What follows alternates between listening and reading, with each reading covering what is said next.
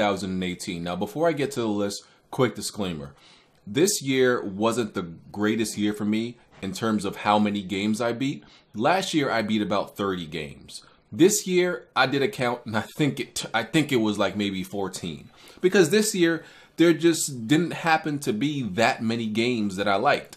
So pretty much, I'm picking a list of 10 games out of 14. So you can imagine some of these games literally only made it on the list because there just wasn't that many games this year that I happened to like and beat, unfortunately. So had a few of these games that are on my list come out in any other year, a few of them would probably have never made my list. But because of the circumstances of this year, then yeah, they're making my list. So let's get to it. So number 10 is NBA 2K Playgrounds 2. Now, even though I like NBA Playgrounds 2, the fact that this has even made it into my top 10 clearly shows you it's slim pickings, okay?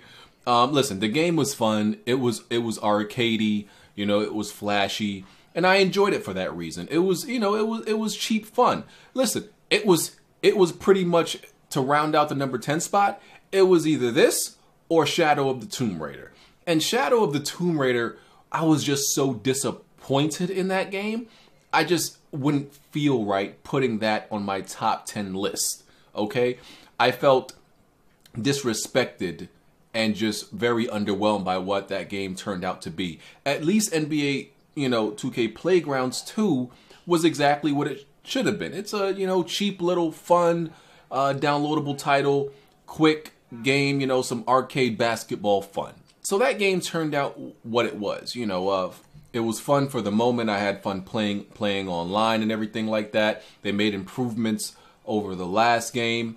So, yeah, you know, I thought it was a decent game. I doubt there'll be an NBA, you know, Playgrounds 3, but, you know, 2 did make some improvements.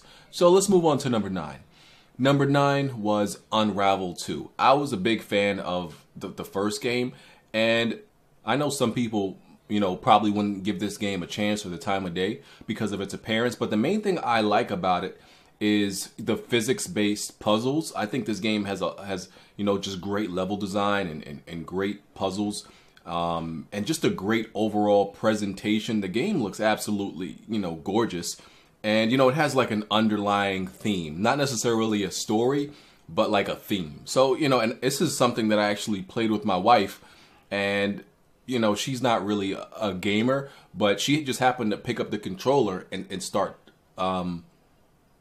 playing, and she caught on really quick. And what's different about, you know, this one from the first game is they've catered the puzzles for a co-op experience. So even though you don't have to play in co-op, you still have to utilize and solve the puzzles in a way that utilize both of the characters and the physics-based puzzles. So, you know, I just really like the game. So that's my number 9 game.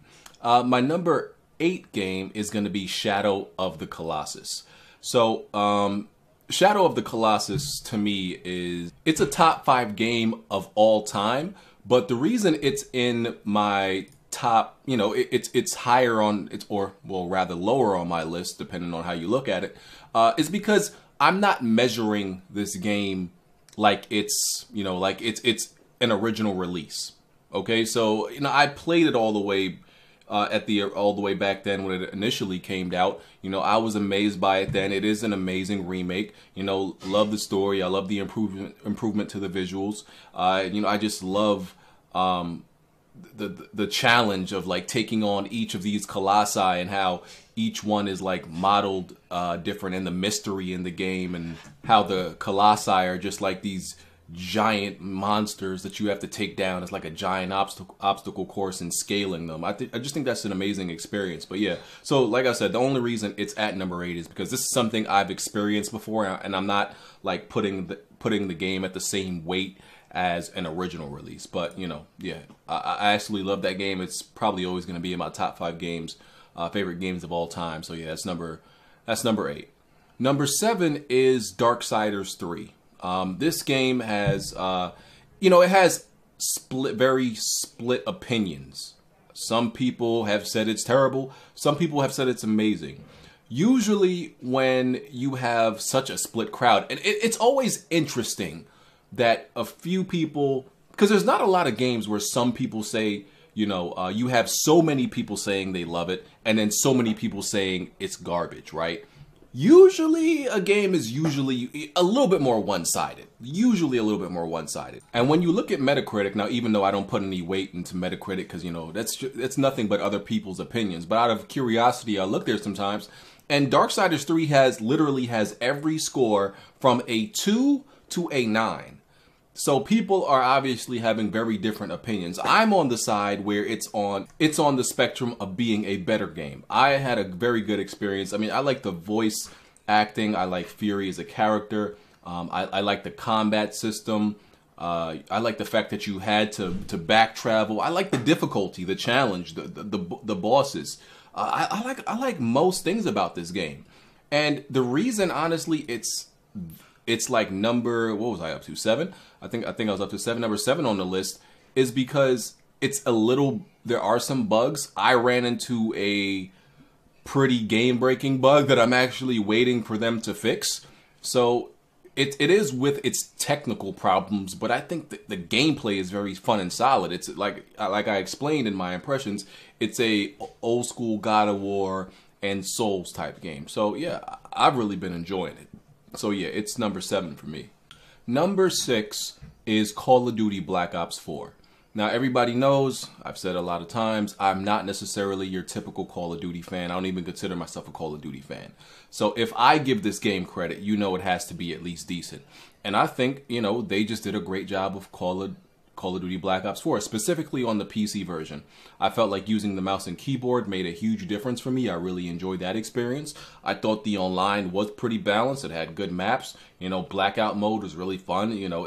Honestly, it is the best Battle Royale mode game out right now. The only thing people would debate that with is Fortnite. And even with that, it just comes down to a matter of taste. And, if you don't want, the funky stylings of Fortnite, you'll probably just prefer Blackout. Even though I started playing PUBG on PC, you loved it. You really have no reason to play PUBG if Blackout is available. The only, difference is I would say PUBG is a little bit more tense and suspenseful. But we know as far as, performance and visuals, looks worse than Blackout, looks worse than Fortnite, runs worse than those. And like I said, overall, I just enjoyed all the other multiplayer modes outside of the Blackout mode. And, it didn't really bother me that there wasn't any, conventional story. So, yeah, Call of Duty Black Ops 4 is number 6. Number 5 is Detroit Become Human. So, I love Quantic Dream's games. I thought Heavy Rain was really good. For the record, they are better at what they do than Supermassive Games, even though people, like to hate on Quantic Dream and slander them. They are the best in the business at creating these story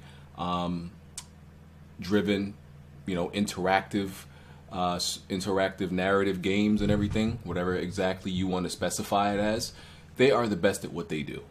Okay, and I think Detroit Become Human, I really enjoyed the story. So, parts of the story were a little bit too on the nose with its comparisons to discrimination and civil rights and all that stuff. It was a little bit too on the nose. They could have been a little bit more subtle with it, because that would have made it a little bit more clever.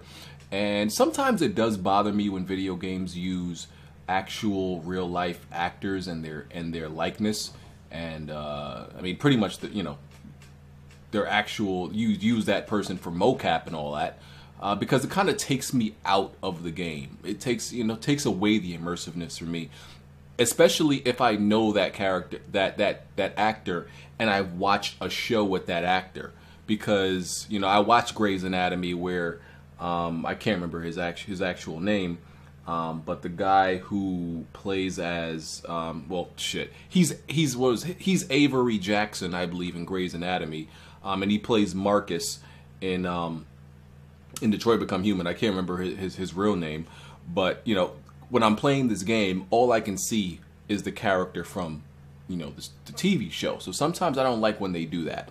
But the visuals, probably amazing visuals. One of the best, cleanest looking games we've seen. Great voice acting. It had a very expansive, you know, possibility tree with different decisions that led to different endings. And I think it, even though there was one main character that I really cared about, you know, their story I really cared about, overall, all three were still pretty decent and fun to play as. So, yeah, Detroit Become Human was, and it took me a while to get into the game. I had it for a while, but I just wasn't in the mood to play that type of game. But once I got in the mood to play it, I couldn't put it down, you know. So I really enjoyed Detroit Become Human.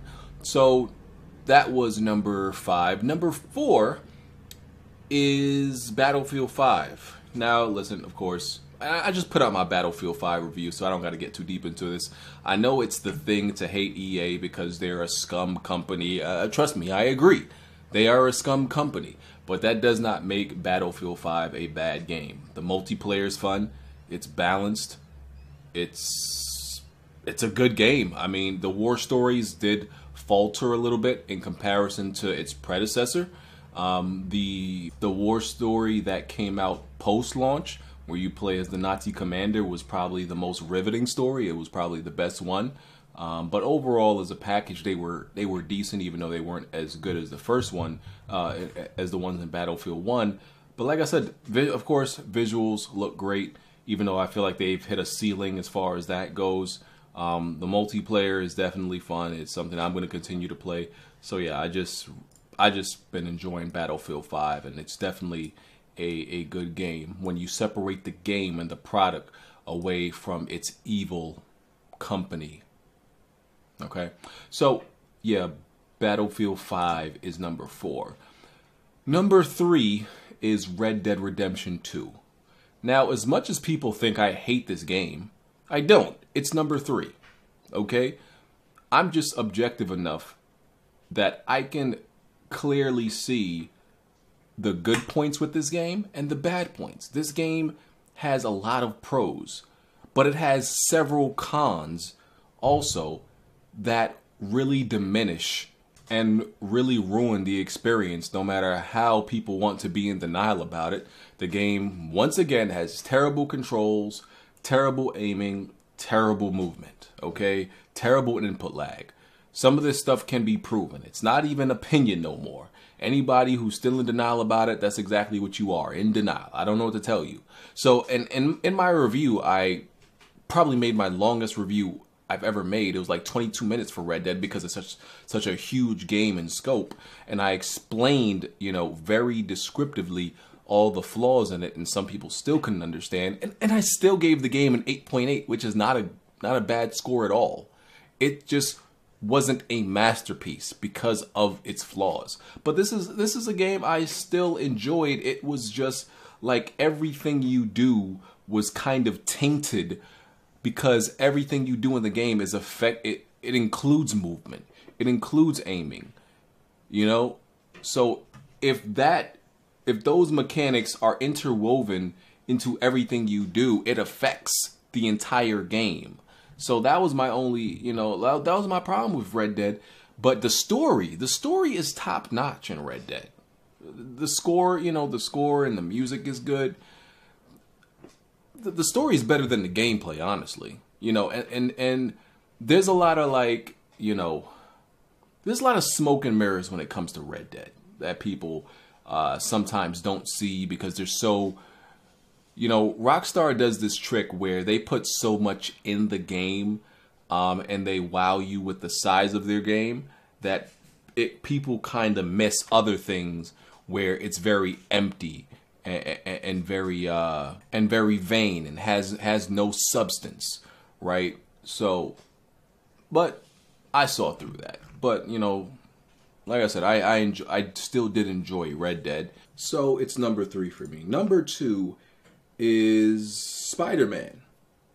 Spider-Man was pretty much my Game of the Year runner-up. you already know my game of the year, so you know what number 1 is going to be. Spider-Man had, good combat. It had Spider-Man was the most fun game of the year, okay? Because when you just tap into the dimension of fun, a lot of games offer something different.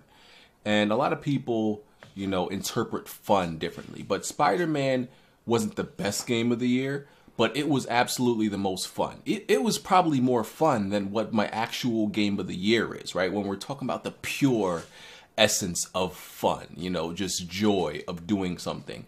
And, web swinging, combat, the fun, semi-original story, they took some liberties with it. All that was enjoyable. The core of the game was enjoyable. The fault that it had was like kind of these empty side missions that got really repetitive, especially if you were going to get the platinum.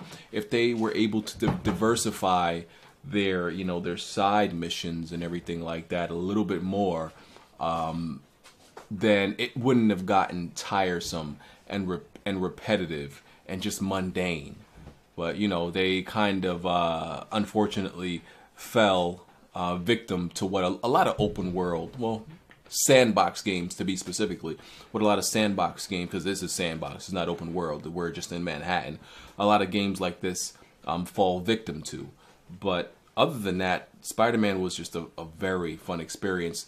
If it wasn't for web swinging, if they didn't get the web swinging right, a lot of other things in this game would not have been tolerable. Because the other things you had to do, you only didn't mind doing it because web swinging was so good.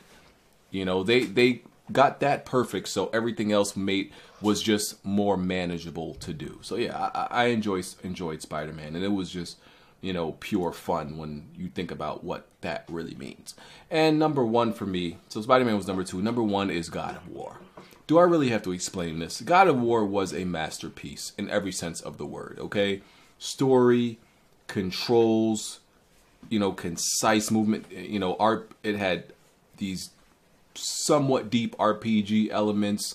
It had nuance to it, with the armor sets and the and all the magic and special moves you can unlock, and it just had a lot of depth that I didn't expect and a lot of people didn't expect, with the amount of content and with the amount of management you had to do as far as managing Kratos and his attributes, right? So it just got the game just had a lot of depth, great story, great visuals, just an amazing experience and project.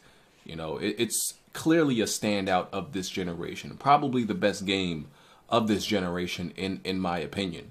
Like I said, we'll have to see what Last of Us and a few other games, might dethrone it. But only fault with God of War probably was not as many bosses.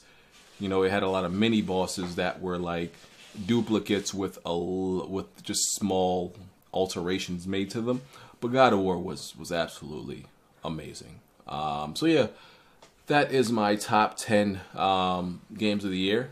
A few of these that are on the list I'm not exactly proud of. Like I said, some of these probably wouldn't have made it on my list if they had come out any other year, but it's been that type of year. I don't think this is the best. This wasn't the best year of gaming, as far as like there weren't a whole lot of amazing games. There were a few amazing games, and the rest of them were just okay. So yeah, I am going to be making the list for my top 10 most anticipated games for 2019. That's going to come out sometime this week too, so make sure you check that out. In the comment section, let me know what your top 10 games are. List them out in the comment section. Make sure you hit the like button. Make sure check out the links in the description, and follow me on all the social media links. Make sure you subscribe. Hit the notification bell so you can know anytime I go live. And yeah, I will check y'all next time. I'm out of here, y'all. Peace.